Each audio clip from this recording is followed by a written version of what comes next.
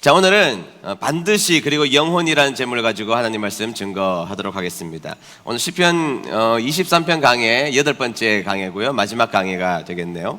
오늘 본문의 말씀을 한번 읽어보면서 시작을 해보도록 할까요? 6절입니다.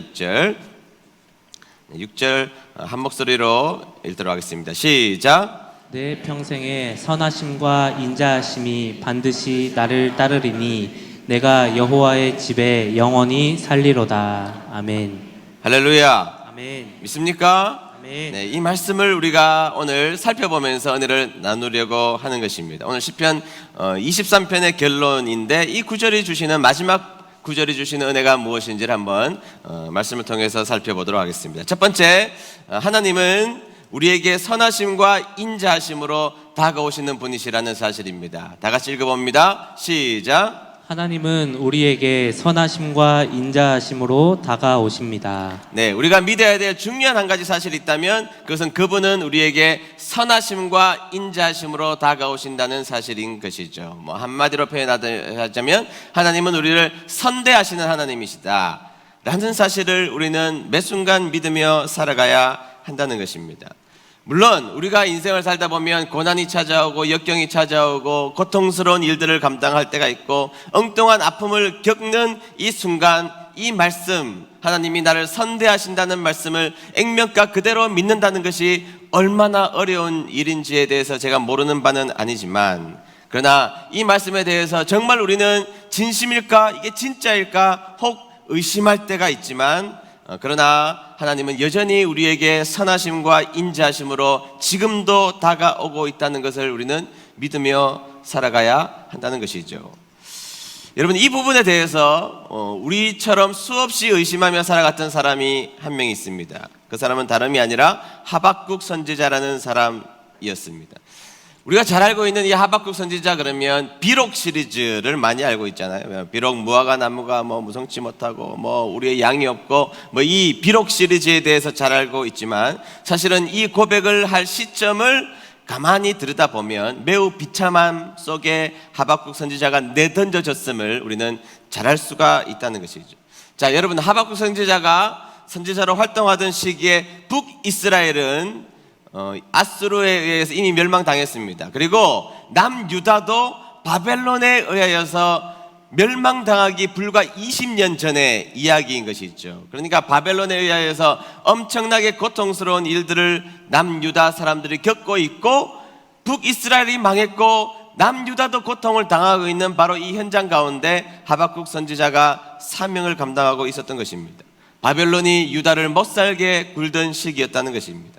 그때 이 하박국 선지자는 고통스러웠습니다. 그래서 하나님 앞에 의문이 생겨서 하나님 앞에 질문을 했던 것이죠. 하나님, 남유다 우리의 나라가 악하기는 하죠. 망할만 하기는 합니다. 그러나 아무리 그래도 그렇지 어떻게 하나님의 자녀인 하나님의 백성이 저 악한 바벨론의 나라에 의하여서 짓밟혀야 된다는 것입니까? 왜 짓밟히도록 내버려 두십니까? 그런 이야기를 하나님 앞에 물어보는 것입니다. 하나님, 아무리 우리가 악해도 어떻게 바벨론이 우리를 짓밟도록 내버려 두십니까? 그러면서 이 하박국 선지자가 자신이 당하고 있는 고통을 그대로 묘사하고 있는 장면이 하박국 3장 16절 상반절에 있는 말씀입니다. 다 같이 읽어봅니다. 시작! 이 모든 것을 들으니 내 몸이 떨립니다. 그 소리를 들으니 내 입술이 떨립니다. 내 뼈에 힘이 빠지고 다리가 후들거립니다. 아멘. 자, 바벨론의 공격 앞에서, 그리고 바벨론이 자신들 앞에 찾아와서 공격하고 끝끝내 살육할 것이라는 것을 눈으로 보았던 하박국은 그 사실을 깨닫고 온몸이 떨리고 말았던 것입니다. 너무너무 무서웠습니다. 입술은 말을 할 수 없을 만큼 떨렸고 다리는 후들거려서 제대로 서 있지도 못할 만큼 두려웠다는 것입니다. 여러분, 하박국은 일반 평신도가 아닙니다. 하나님 앞에 특별하게 부름받은 용기 있게 살아가야 될 선지자로 부름받은 이 하박국조차도 이스라엘이 얼마나 비참하게 망가질 것을 바라보며 입술이 떨려서 말을 할 수가 없을 정도고 다리가 후들거려서 서 있지도 못할 만큼 두려움에 떨었던 것입니다. 그리고 나서 한 고백이 우리가 잘 알고 있는 비록 시리즈죠. 17절입니다. 17절 다 같이 읽습니다. 시작! 비록 무화과 나무가 무성하지 못하며 포도나무에 열매가 없으며 감람나무에 소출이 없으며 밭에 먹을 것이 없으며 우리의 양이 없으며 외양간에 소가 없을지라도. 아멘. 자, 여러분, 바벨론의 침공으로 자신들이 어떻게 될 것인지를 그리고 있는 장면이에요. 6가지가 완전히 없어진다는 것이죠. 바벨론이 자신들을 침공하게 되면 끝끝내 어떻게 될 것이냐? 이 눈으로 보이는 6가지 가시적인 것들이 싹 다 없어진다는 겁니다. 무엇이 없어집니까? 그들이 말하는 표현에 보면 무화과 나무 없어진다는 것입니다. 포도나무의 열매 없어진다는 것입니다. 감람나무의 기름 없어진다는 것입니다. 여러분, 제가 다 설명하지 않겠지만 포도나무의 포도주와 감람나무의 기름이 없어진다는 것은 하나님 앞에 제사도 멈춰진다는 겁니다. 그 이야기를 하는 것이죠. 자, 그 다음에 뭐가 없어진다고 그럽니까? 밭에는 먹을 것이 없어지고 우리에는 양이 외양간의 소, 다시 말해서 자신의 인생 가운데 모든 것이 없어진다. 육신적인 것, 영적인 것, 모든 것이 없어져 버린다고 하박국 선지자가 고백하고 있다는 것이죠. 완전히 망하고 만다는 것입니다. 자, 그리고 이 이야기를 한 다음에 바로 18절이 연결되어 있어요.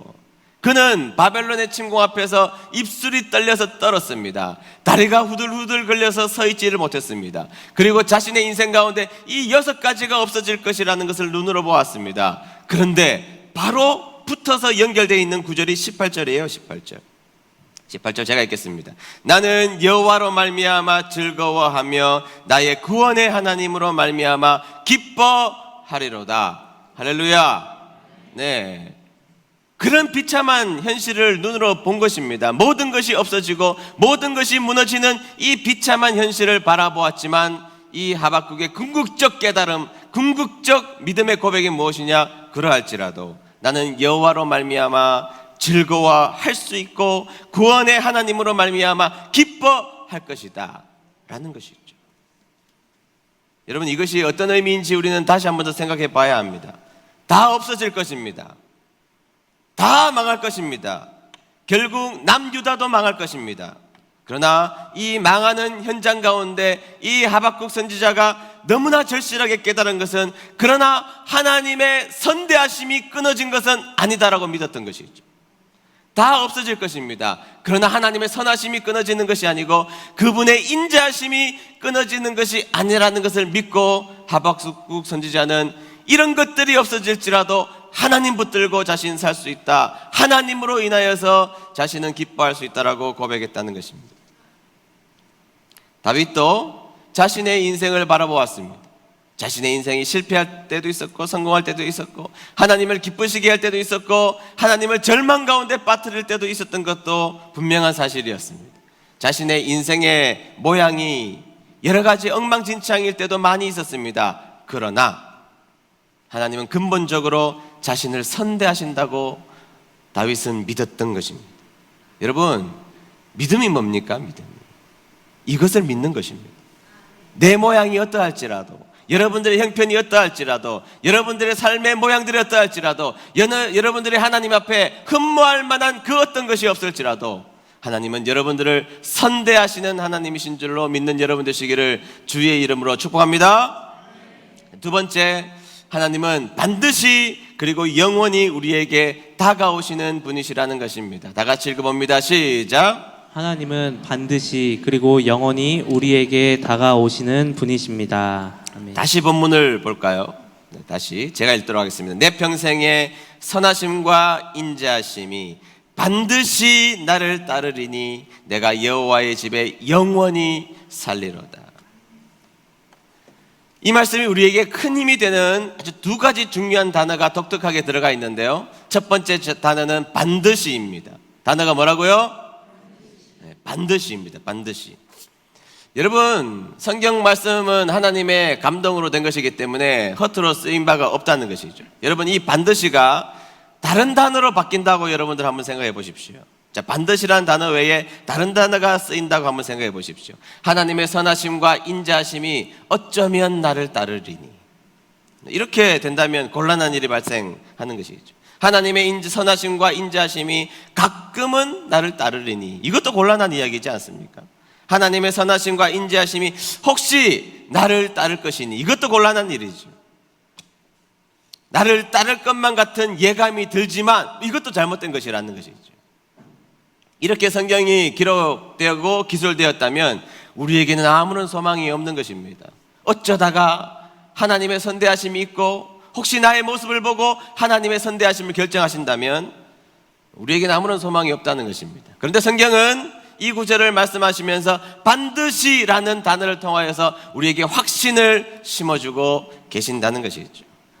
이 말은 나의 약함과 나의 모습과 나의 인생의 모양과 상관없이 무슨 일이 있어도 하나님께서 우리를 선하심과 인자하심으로 선대해 주시겠다고 약속했다는 것이죠.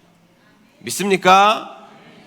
그런데 여러분, 더 중요한 단어가 하나 더 있다면 그것은 영원입니다. 뭐라고요? 영원히입니다. 영원히. 이 말은 하나님은 변덕이 없으신 분이라는 것입니다. 우리는 변덕이 많죠. 그러나 하나님은 변덕이 없이 우리를 영원히 지켜주신다는 것이죠. 우리 주님이 그렇게 말씀하신다는 거예요. 내가 너를 지켜줄게. 언제까지요, 하나님? 영원히. 하나님, 제가 절망 가운데 있을 때요, 상관없어. 영원이라고 이야기했잖아. 아니요, 제가 약해서 하나님 앞에 충성하지 못하는데, 아니, 영원이라고 이야기했잖아. 영원히 변덕 없이 하나님이 지켜주신다고 약속했다는 것입니다. 여러분, 사람에게 영원히가 있습니까? 사람에게는 영원히가 없다는 것이죠.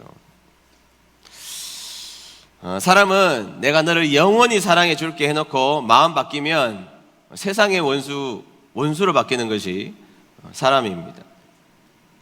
여러분, 결혼 왜 하셨습니까? 물어보니까 어떤 분들은 글쎄요, 그게 내 인생의 미스테리입니다. 이런 분도 계시더라고요.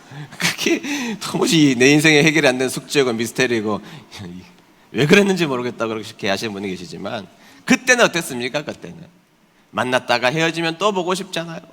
또 보고 싶어서 집에 들어가서 한참 동안 이야기했는데 또 전화 붙들고 한참 동안 이야기하다가 엄마한테 혼나고. 저는 저기 대전에서 학교 다닐 때 공중전화 카드, 옛날에 카드로 전화했지 않습니까? 줄 서가지고 제비들처럼 줄 서 있습니다. 그 남자들이 다 누구한테 전화하려고? 애인한테 전화하려고. 그럼 빨리빨리 전화해서 전화 카드 비가 얼마나 많이 들어갔는지 모릅니다.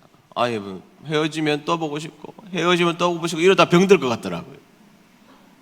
그래가지고 병들 바에는 그냥 영원히 살자 해가지고 결혼했던 거 아닙니까? 너의 그 어떤 모습도 사랑할게, 영원토록 사랑할게, 변함없이 사랑할게, 모든 것을 다 줄게. 맞아요, 틀려요? 그렇게 멋지고 매력적이고 나를 위해서 모든 것을 다 해줄 것 같고 약해 보이지만 때로는 내 앞에서는 슈퍼맨처럼 해주던 그 남편 다 어디 갔습니까? 지금 옆에 있는 분들은 오징어, 골룸, 빈대, 점생이, 치사반스. 우리 남편들 도대체 왜 이렇게 됐습니까? 우리는 영원하지 않거든요. 아내 이야기는 안 하겠습니다. 제가 남편이니까. 남편들이 희생하고 말죠. 영원하지 않기 때문입니다. 영원하지 않기 때문입니다. 교인들 사이에서도 둘도 없는 영혼의 소울메이트로 살아갈 것처럼 살고 지내다가 별것 아닌 것 때문에 한번 삐걱했을 뿐인데 아직까지 말 한마디 안 합니다. 왜 그렇게 됐습니까? 우리는 영원하지 않거든요. 우리는 영원한 존재가 아닙니다. 영원히 그 사랑을 지킬 만한 힘도 없고 능력도 없고 감정도 없는 것이 우리들의 모습입니다.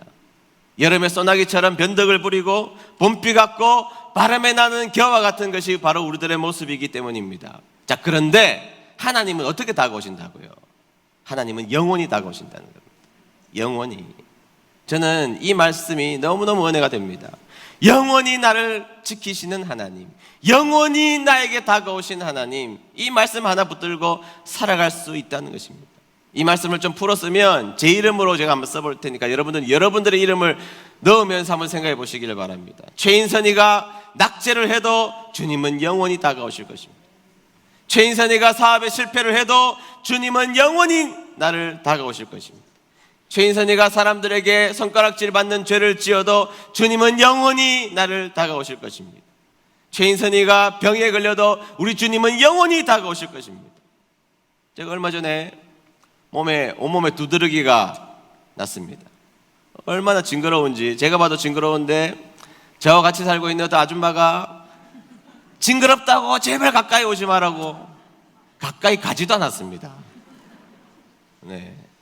바꿨으면 최인선의 몸에 두드러기가 징그럽게 날지라도 우리 하나님은 영원히 나에게 다가오실 것입니다. 최인선이가 늙어서 은퇴하여 아무도 찾아오는 성도들이 없는 그 비참한 자리에서도 하나님은 영원히 저를 찾아오실 것입니다. 저는 그것을 믿습니다. 여러분들도 믿으십니까? 여러분, 그러니까 여러분 제발 우리 하나님 의지하며 사십시오. 그게 믿음입니다. 여러분, 우리 믿는 사람이 하지 말아야 될 말 중에 하나, 여러 가지가 있지만 그 중에 하나는 섭섭하다는 말입니다. 사람들 앞에 섭섭하다는 말이에요. 뭐가 그렇게 섭섭합니까?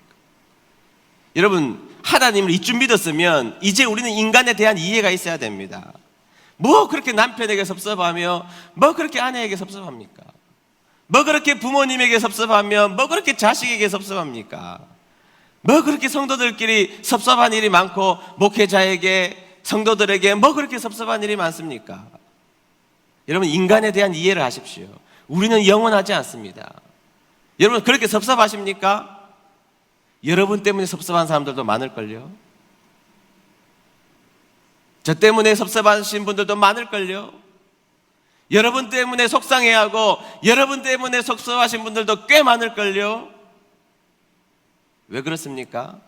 인간은 영원하지 않기 때문입니다. 그래서 믿는 사람이 하지 말아야 될 이유가 뭐냐? 섭섭하다는 말입니다. 섭섭하다는 말이 나오기 직전에 우리는 다시 하나님을 바라봐야 할 줄로 믿습니다. 섭섭할 때 하나님 바라보십시오. 사람 때문에 낙심될 때 하나님 붙들고 살아가는 여러분 되시기를 주의 이름으로 축복합니다. 그리고 우리는 영원하지 않다는 것을 서로에게 인정해야 합니다. 같이 사는 사람에게도 인정해 드려야 됩니다. 부모님들에게도 인정해 드려야 됩니다. 자식에게도 인정해 줘야 됩니다. 선생님에게도 인정해 줘야 됩니다. 교회 식구들끼리도 우리는 인정하며 살아야 됩니다. 우리는 완전하지 않다. 더불어 우리는 영원하지도 않다. 앞으로 섭섭하단 말을 하지 말기를 주님 이름으로 축복합니다. 그 아멘은 한 200명은 할 것 같은 아멘인데, 네. 믿음이 뭡니까, 여러분? 믿음은 세상 사람들 나를 버릴 수 있다고 우리는 생각할 수 있어야 합니다. 그러나 더 중요한 한 가지 사실은 하나님은 나를 지키실 것입니다. 어떻게? 영원히. 여러분들의 형편과 여러분들의 사정과 여러분들의 모습과 아무런 상관없이 영원히 여러분들에게 다가오셔서 여러분들을 지켜주시는 귀하고 복된 하나님이 여러분들의 목자가 되심을 믿는 저와 여러분 되시기를 축복합니다. 하나님만을 의지해야 된다는 것이죠. 세 번째, 마지막은 하나님은 나의 운명을 여호와의 집으로 옮기실 것입니다. 다 같이 읽어봅니다. 시작. 하나님은 나의 운명을 여호와의 집으로 옮기실 것입니다. 다시 본문을 볼까요? 6절. 자, 제가 읽겠습니다. 내 평생의 선하심과 인자하심이 반드시 나를 따르리니 내가 어디에? 여호와의 집에 영원히 살리로다. 아멘. 우리는 이것을 믿는 것입니다. 지금 이 6절은 우리의 영원한 운명에 대한 이야기인 것이죠. 우리의 운명이 어떻게 되느냐? 우리는 영원한 천국에 살게 될 것입니다. 제가 천국을 묘사하려고 수많은 성경 구절을 뒤져봤지만 천국에 직접 다녀온 사도 바울은 천국에 대한 기술을 하지 않습니다. 그냥 삶으로 보여줬습니다.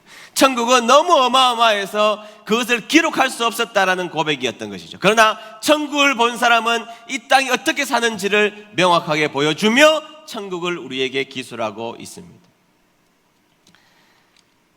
천국은 우리가 말로 설명할 수 없는 아름답고 위대한 것이죠. 어떤 성도님의 남편이 갑자기 돌아가시고 모두가 정신이 없는 상황 속에서 그 가족들이 저에게 물어보았습니다. 목사님, 묘비에 성경 구절을 한 구절을 적고 싶은데 무엇을 적을까요? 그런데 제가 그 당시에 저도 경험이 없었지만 고민 없이 나왔던 구절이 바로 6절 이 한 구절이었습니다. 내 평생의 선하심과 인자하심이 반드시 나를 따르리니 이 땅에서는 하나님이 나를 그렇게 지켜주실 것입니다. 그러나 여기서 멈춰진 것이 아니라 내가 여호와의 집에 영원히 살리로다. 현재를 지키신 하나님, 과거에 내 인생의 섭리 가운데 다가오셨던 하나님, 그러나 그 하나님은 미래를, 그리고 미래의 우리의 인생도 책임지시겠다고 약속하셨다는 것이죠.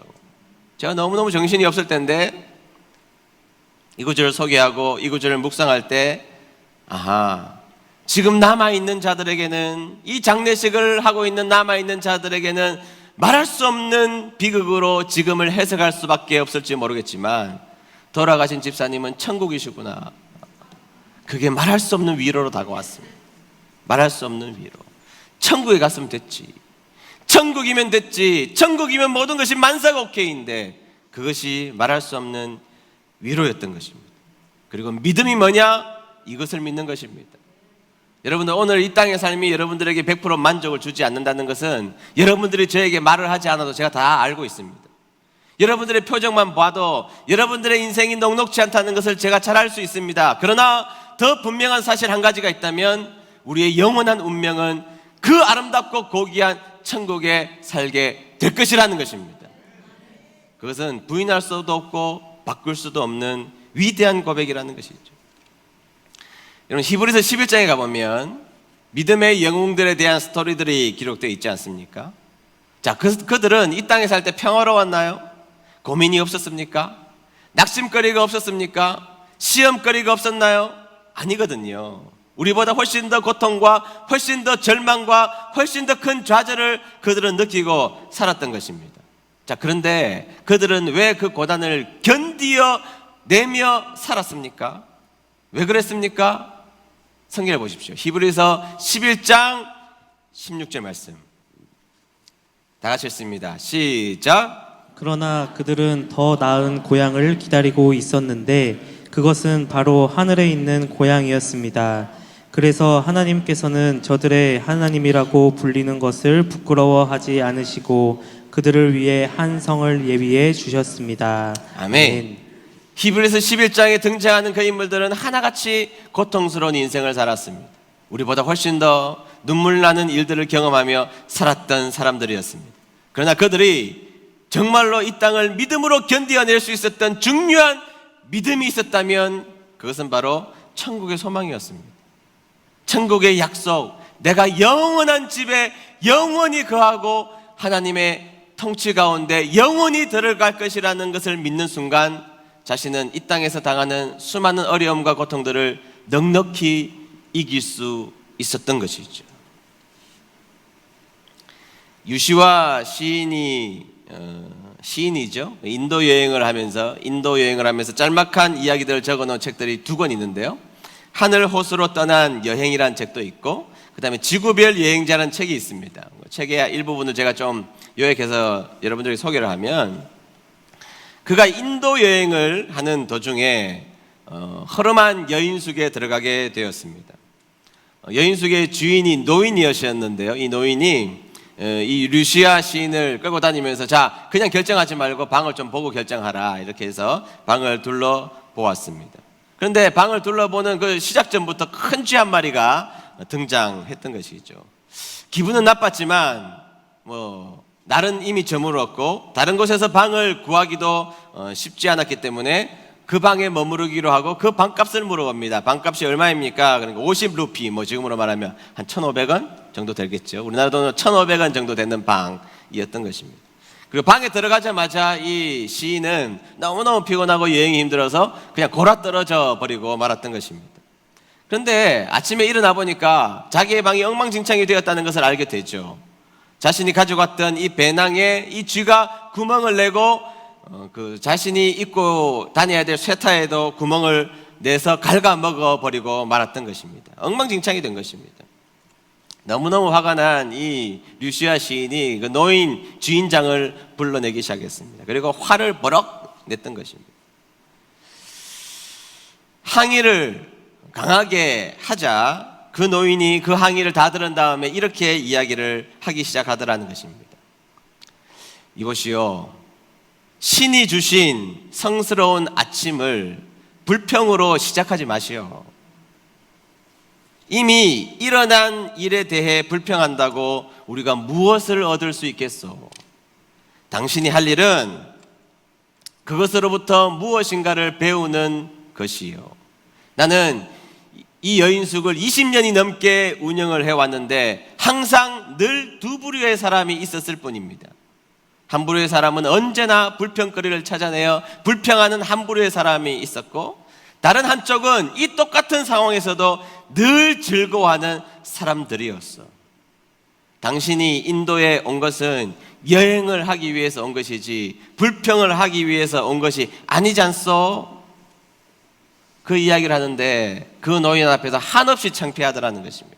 그래서 그 이야기를 듣고 입을 꾹 닫고 옥상에, 그 여인숙의 옥상에 올라가 보았더니 외국인 여행객들이 그곳에서 아주 즐기며 일광욕을 하고 있는 모습, 노래를 부르며 콧노래를 하면서 일광욕을 하고 있더라는 것입니다.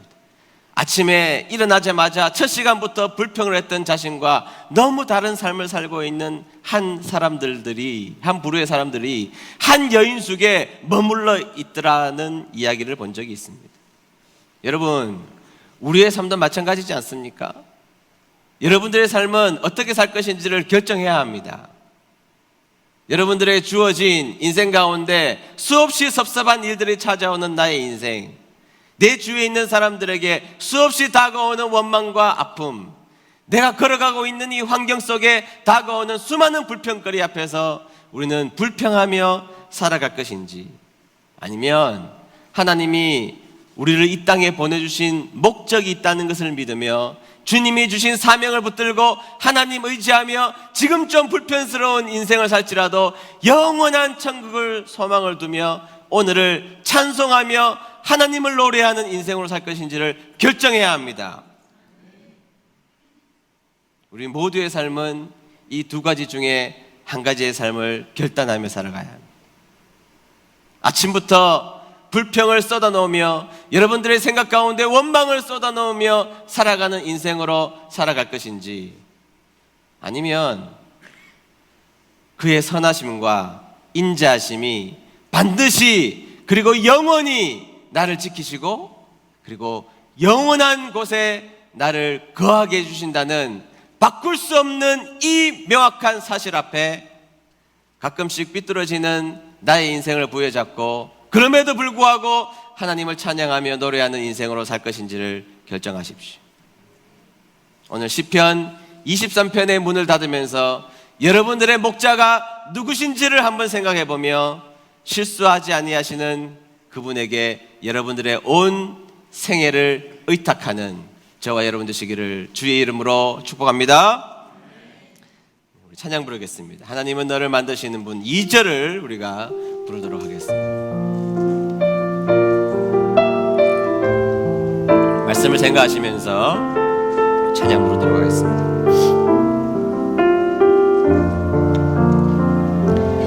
하나님은 너를 원하시는 분, 이 세상 그 무엇 그 누구보다 하나님은 너를 원하시는 이분, 너를 하나님의 마음을 알아봅시다. 너와 같이 있고 싶어 하신단다.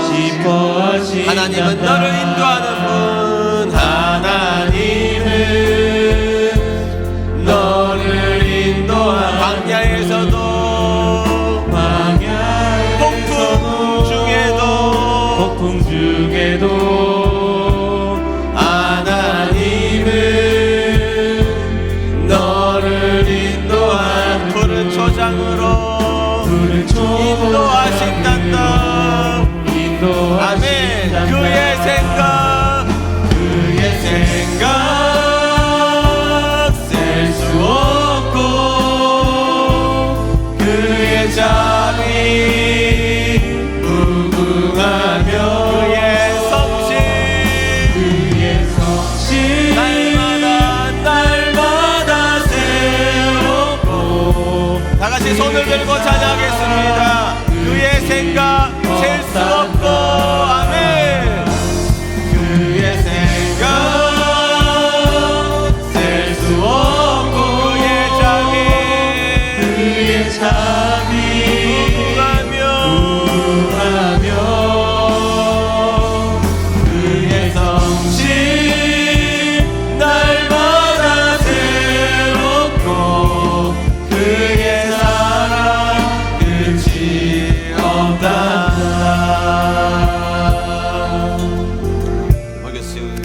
기도하도록 하겠습니다. 네, 광야 같은 인생을 살아가고 있습니다. 아니, 정글과 같은 인생을 우리들이 살아가고 있습니다. 이런 푸른 초장이라고 해서 다를 것은 없습니다. 푸른 초장에도 역시 길은 없기 때문입니다. 그러나 푸른 풀밭은 목자가 먼저 걸어가신다는 사실이죠. 그리고 목자가 걸어가는 곳이 길이 된다는 사실입니다. 그동안 우리가 살펴본 시편의 23편의 말씀은 그 무슨 말씀보다도 위대하고 귀한 말씀이 가득 차 있습니다. 그리고 우리의 마음에 진정한 평안과 안식을 주는 말씀이라고 생각할 수 있다고 생각합니다. 여러분, 우리가 놓치는 것은 내 환경이 좋으면, 내 주위에 있는 사람이 괜찮으면 다 된다고 생각하지만, 그것보다 훨씬 더 중요한 사실은 우리의 삶을 누가 인도하느냐, 이 문제의 싸움이라는 것이죠. 내 인생을 내가 인도할 것인지, 나보다 똑똑한 사람이 인도할 것인지. 아니요, 성경에서는 선한 목자, 우리를 위하여서 목숨을 바치시는 선한 목자가 우리의 인생을 인도하신다는 사실입니다. 여러분, 그 사실을 믿으시나요? 선한 목자가 인도하시는 사실을 우리 마음속에 담기를 원하십니까? 그리고 그분은 영원히, 그리고 반드시, 그리고 이 땅의 삶을 마치는 순간 영원한 천국으로까지 우리를 책임지며 인도하신다는 사실입니다. 글쎄요, 여러분들의 오늘의 삶을 여러분들이 어떻게 평가할지 모르겠지만, 그러나 여러분들의 삶의 결론은 영원한 행복입니다. 그렇다면 우리에게 주어진 모습이 어떠한 모습일지라도 우리는 이길만 하지 않습니까? 오늘 기도하실 때에 오늘 시편 23편을 붙들고 주님이 저의 선한 목자가 되어주셔서 감사합니다. 주님만을 붙들고 살아가는 인생 될 수 있도록 도와주시고, 목자의 음성을 듣고 목자를 알아보며 그리고 순종하며 그 어떤 형편보다 크신 선하심과 인자심, 하나님의 크심을 바라보며 하나님의 사랑을 바라보며 살기를 원합니다. 다 같이 합심하여 1분간 우리 기도하도록 하겠습니다. 하나님 아버지 감사합니다.